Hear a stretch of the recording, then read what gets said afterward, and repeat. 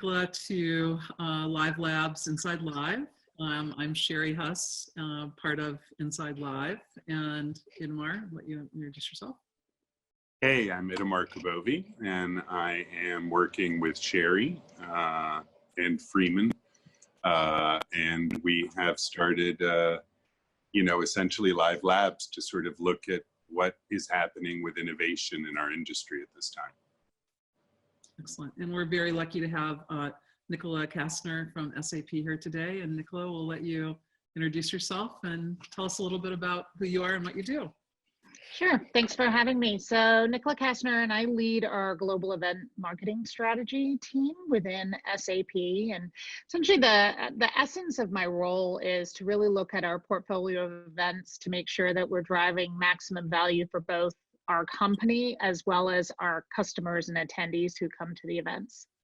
And you've been with SAP for a while now, right? You've got a good history with kind of the company and the event. Yeah, so just about 3.5 years with SAP, but I consulted for SAP for a number of years before that, so I feel like I've been around forever. I started the first half of my SAP tenure on the Ariba side of the business, so working for one of the acquired brands, leading event marketing strategy there. And then when our CMO, Alicia Tillman, became CMO from Ariba to the SAP core brand, I moved over shortly after to look at our portfolio to start this new role. And it was a net new role that she had created based on needs that she saw within the business and the way that we needed to think about events differently. Well, a lot's happened. One of the reasons that we're chatting with you, among many, is that you're an event marketer dream team winner. And that means from the event marketer perspective, if there's anyone that we would want on our team to be with us to help us market and move our brands forward, it would be you. A lot has happened since 2019, and thought that maybe we could focus a little bit on that today. Sure, absolutely. And yes, a lot has happened. That is for sure. We thought, Nicola, that it might be interesting to sort of begin with a quote from something that you said about a year ago, which I think seems like a decade ago at this point, given what's happened over the last few months. But in Event Marketer magazine, or in an interview, you said, due to the new ways customers and businesses interact, brands are no longer judged solely on the quality of their products or services, but on the values they champion. And as marketers, our tactics need to change to reflect that accordingly. Is that still a statement that holds true? And perhaps it's a statement that holds more true today than ever. And how does one follow on that strategy today? I actually think it's as true, even more true, and more relevant, especially in the current circumstances. So, as brands, our responsibility is to help our customers and our customers' customers and their customers to run at their best and to really make the world a better place. It really is part of the DNA of who we are as a company. So as we think about how we respond as an organization in this crisis, as a large company, we have with a very, very large, extensive customer base, we have a significant responsibility to do our part to help. So as we think about that, and then we think about how does that translate to what we do in marketing, there's a couple ways. One is, we have a large range of products, software products that serve an organization to make them an intelligent enterprise. So there's a definite, the view of the company really is that we need to make those available to the masses outside of just our customers today. So opening up the Ariba network, for example, to allow people to procure goods and to buy and sell. Concur and our travel apps, Qualtrics with employee listening, especially in the remote workplace. There's a lot of different products that we're able to provide to that customer base and the general market to help out in these current times. We also have initiatives as an organization called 1 Billion Lives, where it is the true mandate of it is to think about how can our software be used to improve the lives of others around the world, and follow the feed every day. The amount of suggestions that are coming in from the employee base of how our products could be used, and though there is a core team that is taking those, prioritizing those, and sort of really running to build up something. So whether it's an app in Germany that's tracing COVID infections and exposure, whatever it might be, there's just some really phenomenal ideas that have come out of it that are actually being pushed through into the market as well. But from a marketer perspective, as we think about the traditional tactics that we've put in place in the past, events being my specialty and where I spend my time,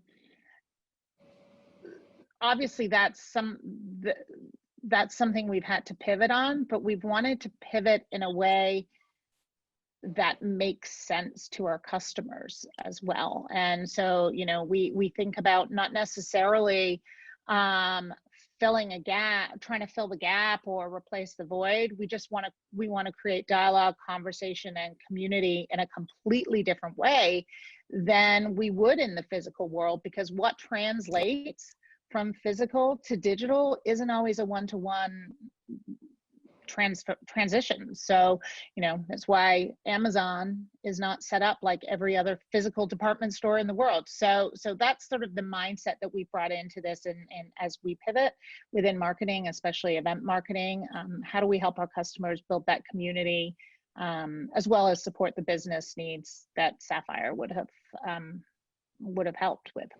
Fascinating. Do you want to talk a little bit about, ask a little bit about this kind of amazing, project, which is that you really haven't tried to replace, it seems, at SAP, the event. You've tried to transform. Right. And we were fascinated by, Sapphire Now. And I think it would be fascinating to hear how that worked. How did it come to be? Yeah. How did you decide that that was the solution to achieve the strategy? It's interesting. So a little bit of context. Sapphire Now, 26,000 people in Orlando every May or June.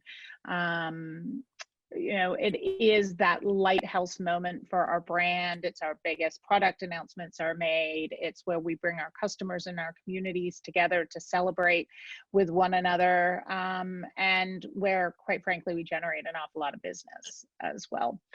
And so as we thought about, and I will say it's a perfect storm too, as we think about that, right? So not only are we looking to stand up something brand new that's never been done, we're doing it in a way where none of us can be together to even work together in a traditional workshop like we normally would, where you'd spend 2 days spitballing things and trying to come up with something different.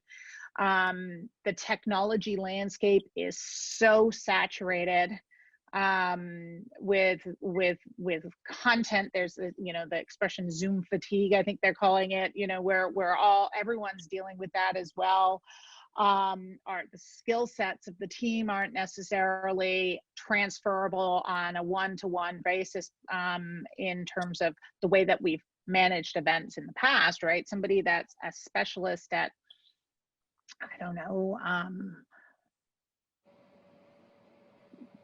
event logistics, let's just use that as an example, that doesn't translate into the digital world. So it was sort of this perfect storm. And we spent a lot of time, and it hasn't been a linear journey, let me tell you, we've spent a lot of time ideating on the what. What is it that we should do? What makes the most sense? and how should it come together. So we knew fundamentally that we needed to start with a digital first mindset. So we couldn't, and we've been talking about this for a while anyway, so in a way it's accelerated what we've been focusing on as a company. But we really needed to think about, how would people engage with us, and should they engage with us in a digital world, based on this, the perfect storm, as I called it, of all of these different circumstances that we were dealing with, that people are dealing with in their personal lives during the crisis. How did we want them to engage with us holistically, where events, when they come back, whether it be a physical or a virtual, are part of a connected digital strategy for our customers versus events as a standalone moment. So that was sort of one of the pillars that we realized early on that we needed to think about.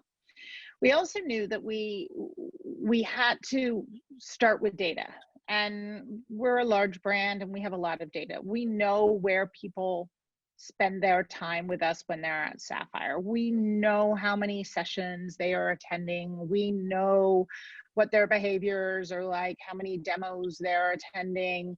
And so we looked at that, and as well as what we looked to achieve as a brand. And it's really a pivotal moment. I mentioned the business development side of it. It's a pivotal moment because our customers are together with our executives and their sales teams and our product experts and each other at scale. And how do you try and replicate that at scale when you're not in a 3-day physical event? So we looked at different things. We looked at, what are the components of the event? How do people interact with us? How do people interact with our content? And then sort of broke it down into segments. And if you look at the physical world, we thought about the keynote, we thought about the meetings program, and then we thought about the sessions. And then we thought we'd be back to normal in the fall and everything would be fine, and we could do a physical event back, to fill some of the gaps that may not have been able to be achieved in this new digital format. We then moved forward and said, well, wait a second, events, if you think about an event, an event is high friction, for lack of a better word. You've got limited time, limited space, limited ability to develop content. You're asking your customers or your attendees to spend an awful lot of time with you and make a commitment to spend 1 day, 2 days, 3 days, whatever it might be with you. And that's high friction. And today, as a brand, which has a lot of events, we organize by event, right? We go to market by with Sapphire or Success Connect or something like that. But in this digital world, the frictions removed. So the geographical frictions are removed. The time commitment restrictions are removed. In fact, they're applied in a completely different way because you no longer have people captive with you for a 3-day period. And if using the conference example I was explaining before, if you're an HR executive, you don't care if your content comes from Sapphire or Success Connect. You just want the best content. So we started thinking about, how do we actually create an audience-led approach in the digital environment, but then realized that because we weren't going to get the time focus that nobody's going to commit to time with us. And I even know, if I sign up myself for a 2-hour webinar, it sounds like a great idea, or a 2-hour event at the time. And then by the time I get around to it, my calendar's blown up. I'm lucky if I can get 5 minutes. And we never go back to listen to the recordings. Right? Great intentions, never do it. So how did we figure out a way to achieve all of those objectives, but not put a Band-Aid on it? So not try and replicate, right? So we've now thought about our Sapphire Now replacement. So Sapphire Now Reimagined much more as a digital broadcast than a virtual event. And so have brought it to life in a series of 3 different segments that have different objectives. So whether it be broad reach, new audiences, or if it's extending the reach within our customer base. There's a different element of each that's meant to achieve something different for the different audiences. So smart, so smart. And of course, it's almost like a deconstruction of what the live event is into its component functionalities, and then finding what the version of that is in a digital only or a digital centric approach. Absolutely. In fact, when we first presented the new strategy to our board, it was called Sapphire Now Deconstructed. That was the working name of it. That's Great. amazing. That's amazing. Yeah. And Nicola, it looks like, so you've broken it down into from outside looking in. So Unplugged, which is your kind of, you know, your drumbeat, your building audience, you're building momentum. Then Vision, which is on June 15th when you launch, with a lot of your content, which I actually like, kind of this digital broadcast idea. And then Converge, which is a way for your community to kind of come together, right? And yeah. absorb And engage with our content, right? So when with Converge specifically, that's really the meat, right? If you think about Sapphire, that's the 1 million square foot show floor and all the content delivery and all the conversations that happen around that. And so how do we bring that to life in a way that makes sense? Because, you know, for a long time, we've been saying that event conference content has got to change the way it's been delivered, right? The talking head in front of a PowerPoint lecture-based format needs to change. So this has really been our ability to think about that. What are the stories that we want to tell? What are the stories our customers want to hear or need to hear, or how do they learn and interact together? So the content that we're providing through Converge will come together in segments that can be consumed within sort of a 3-hour chunk of time per se, but we're not expecting anyone to really spend that 3 hours and so with us holistically. And then it will live on on demand, but the content that we deliver wouldn't be the same as the content that would have been happening at the event, in terms of here's a keynote, here's a presentation, here's a product demo. It's coming together in very much a broadcast like approach across the company, and high quality content that's meant to be consumed in this digital format versus content that would have been delivered at the event. So it sounds easy.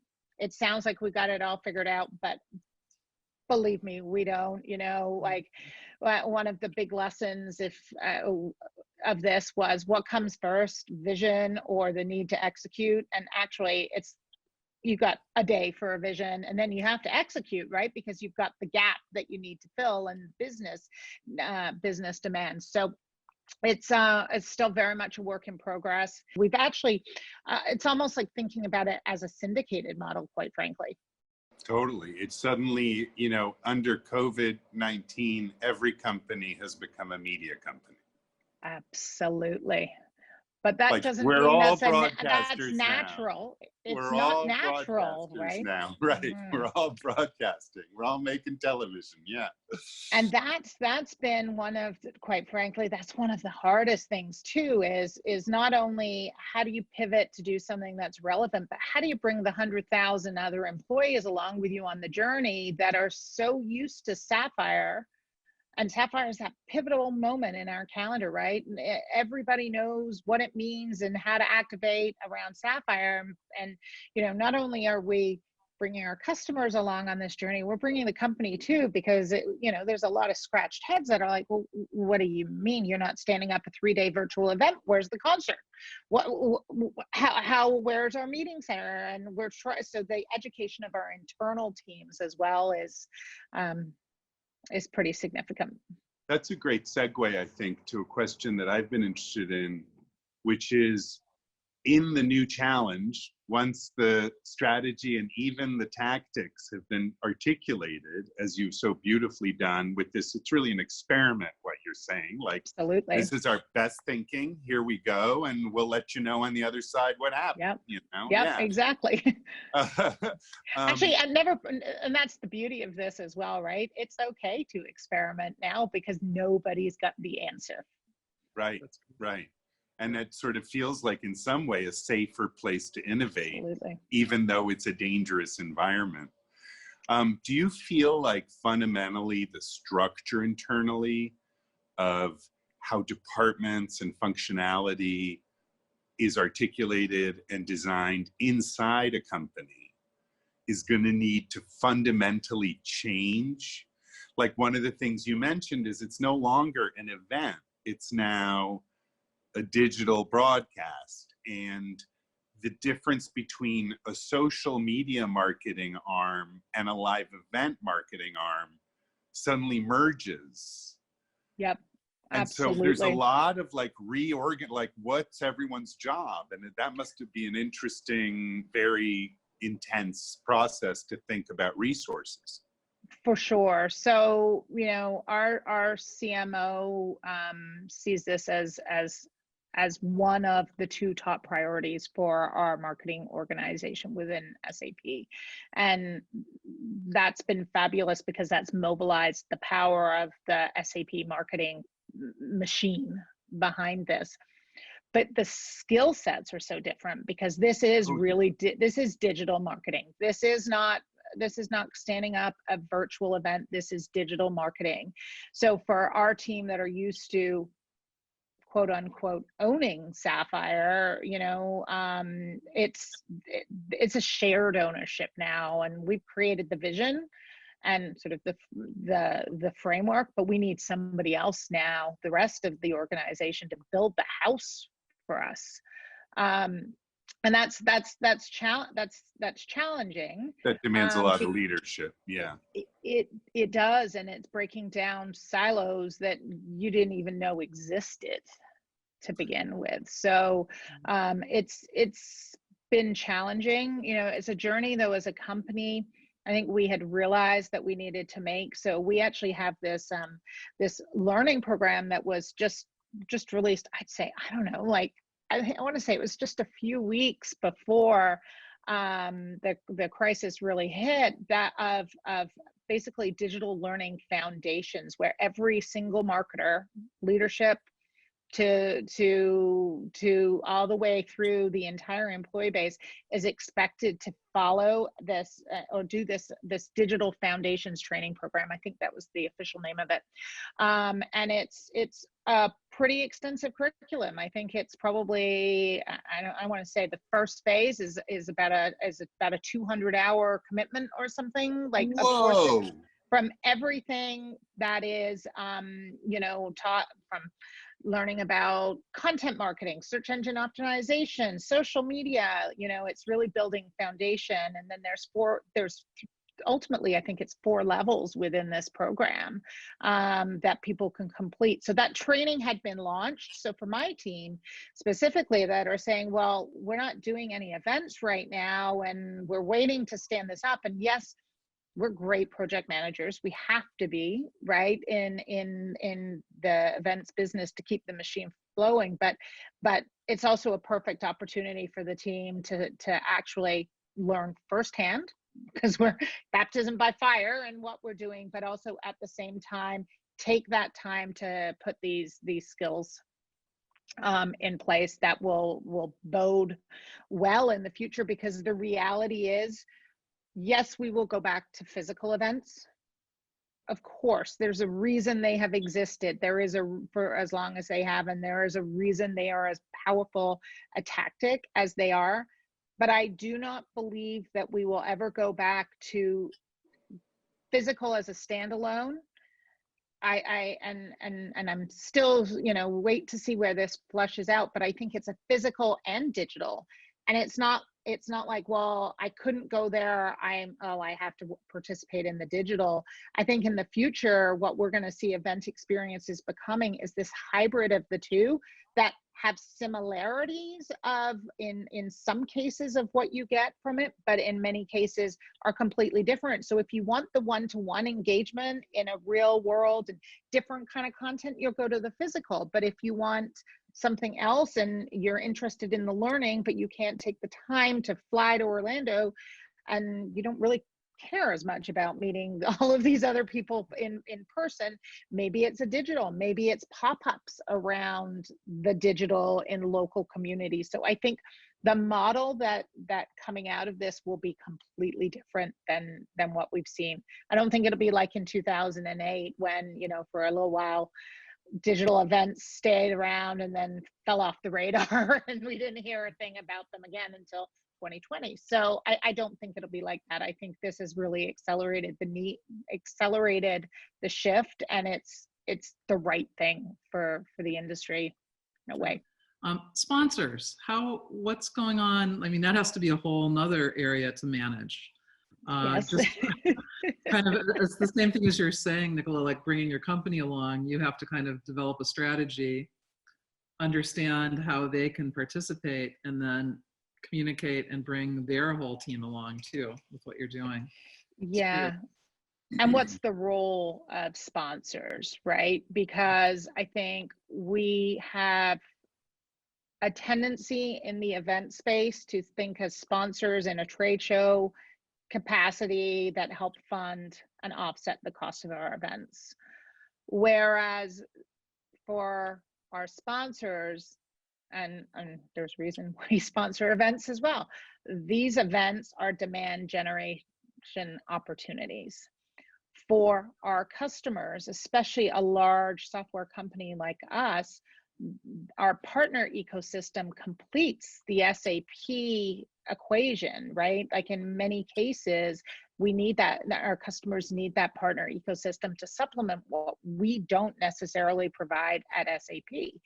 And so the role of sponsors or partners is really critical to think through in a way that makes sense to achieve the right objectives, and what is that leading objective, right? What's the leading one? And I think in my mind, it's the customer need.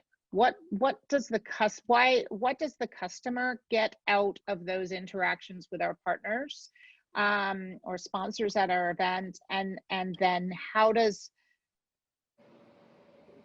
what do they get in the physical, but what do they need in the digital, and how do we bring it in a way that makes sense? Because just putting sponsors in to generate revenue, to me, doesn't feel like the right thing to do for anybody, especially when, you know, I'm waiting for the stats, you know, on online behaviors that we can all learn from. I'm a total data geek here, but so I'm waiting for those to really get the understanding. But you know, when you hear things like an event that recently ran, a large one, had an average view time of 8 minutes of their keynote, right?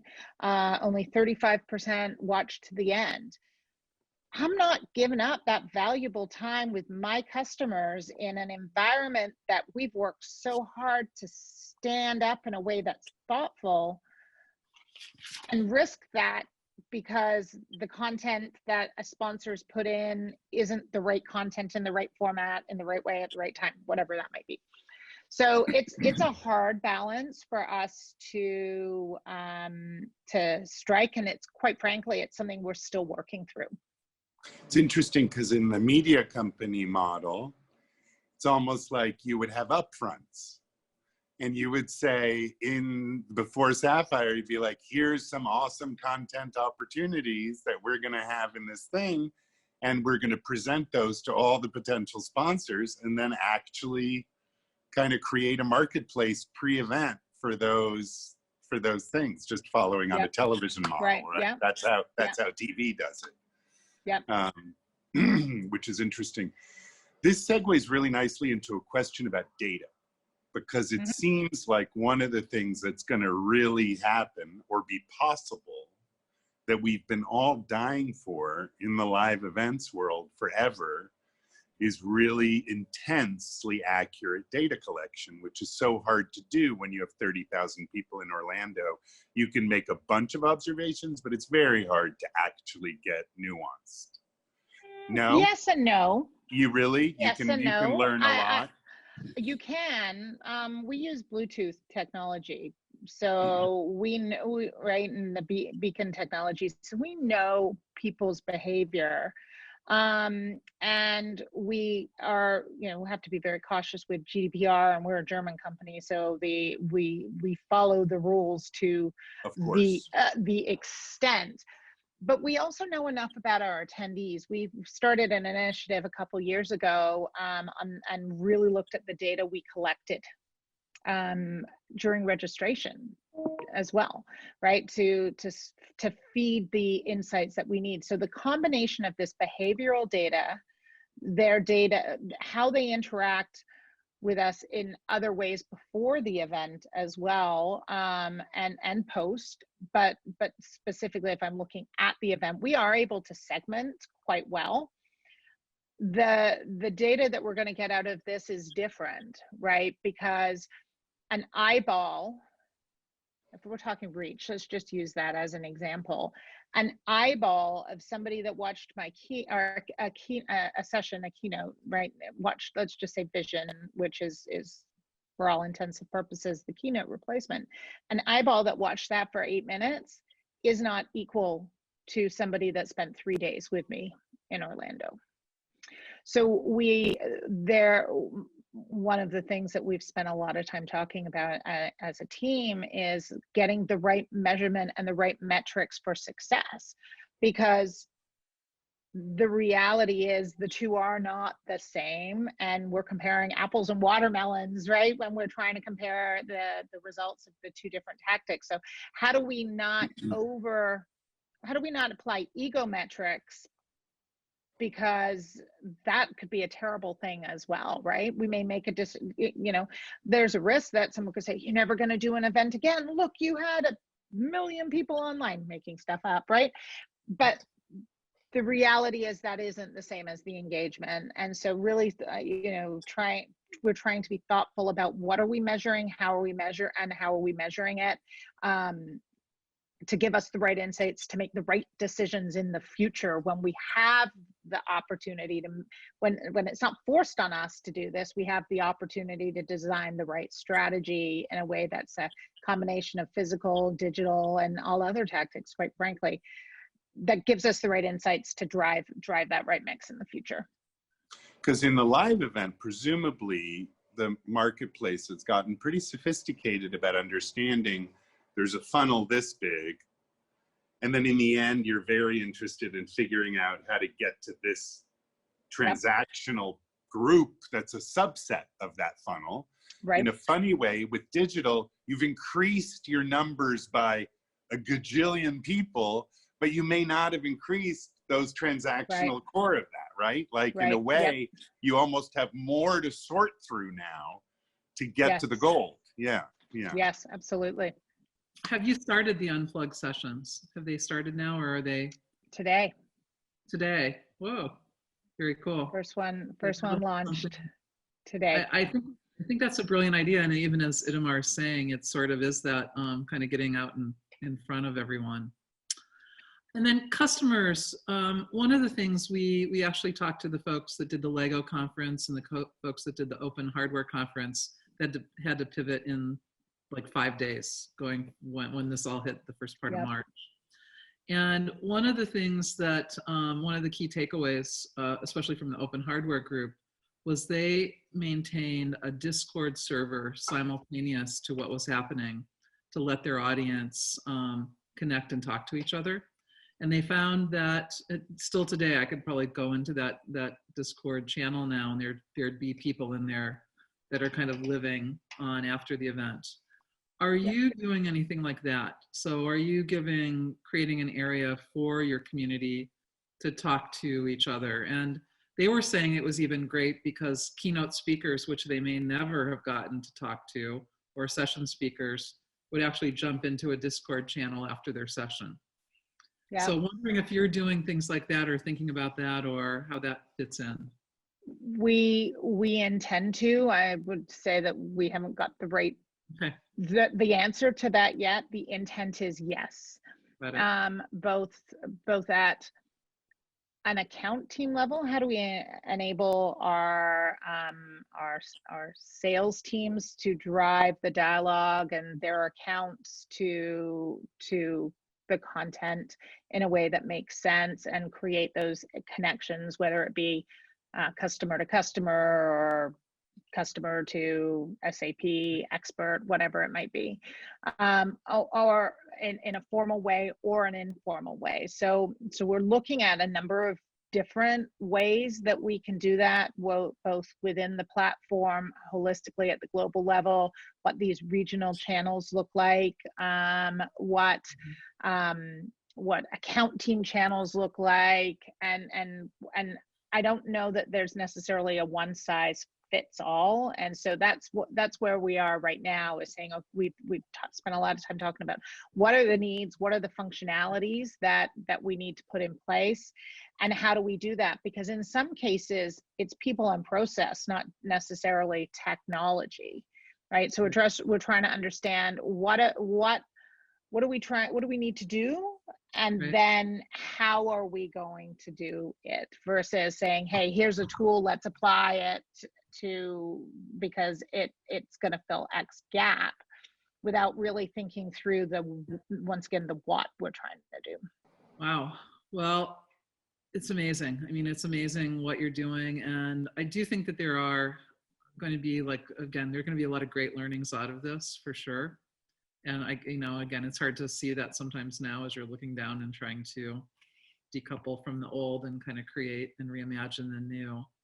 But Oh, no, it's funny you say that. I had a conversation with my boss last night, and I said, oh, I wish we'd done that differently, or, oh, we should have done that. And he's like, we're only a few months into this. We're already identifying opportunities of how we should approach things differently, and we'll learn from it all. And like I said, I just think that this is, I said this on another interview I did recently, it's a gift that we maybe didn't know that we needed or wanted, but there definitely is going to be some good that comes out of it. Also feels like on a personal career level, it's terrible, but it's also amazing that you can be really involved in reinventing an industry, like reinventing a business. That's sort of Absolutely. a slow process that you've been doing all along on little innovative blips and attempts and whatever, but now it's like showtime. Yeah, and the slate has been wiped completely clean, and that means it's also somewhat clean for the future as well, right? So we are actually thinking about this not only for the pivot of Sapphire Now and 2020 events, but what does it look like into 21? What does it look like into 22? What does it look like in 23 and beyond? So while this is a solution for Sapphire this year, I think as a team, we have to start to think about next year too, and how do we pivot? Now, I think events will be back, but they're going to be much smaller events, right? So do we now have a distributed model all over the US that we invite, all over the world, that we invite a certain number of customers in at, for segments, like here's the 150 targeted customers for this segment, and for this segment, I don't know. Like, so to your point, yeah, it's really exciting to be able to think differently. It's overwhelming when you try and think about it too far downstream, but to be able to be part of this reinvention, both for us as a brand and Sapphire being 30 years old and sort of actually 31 this year, critical to our company, to be able to reinvent that, but to your point, to the bigger and broader industry and what the implications of it are, it's really exciting. yeah, Well, the industry is really lucky to have you. Thank you. I mean, just super smart thinking. Thank you. yeah. And thank you for that. And actually, we'd love to chat with you after the June 15th date and Oh, continue. yeah. Because, I'm sure that that there will be just so many great learnings. But Yes, definitely, thank you for your time, Nicola. And I can see of why you were course. Dream Team winner for Well, sure. thank you. Yeah, it was a super interesting conversation. Thank you very much. Thank you. More Thanks later. so much.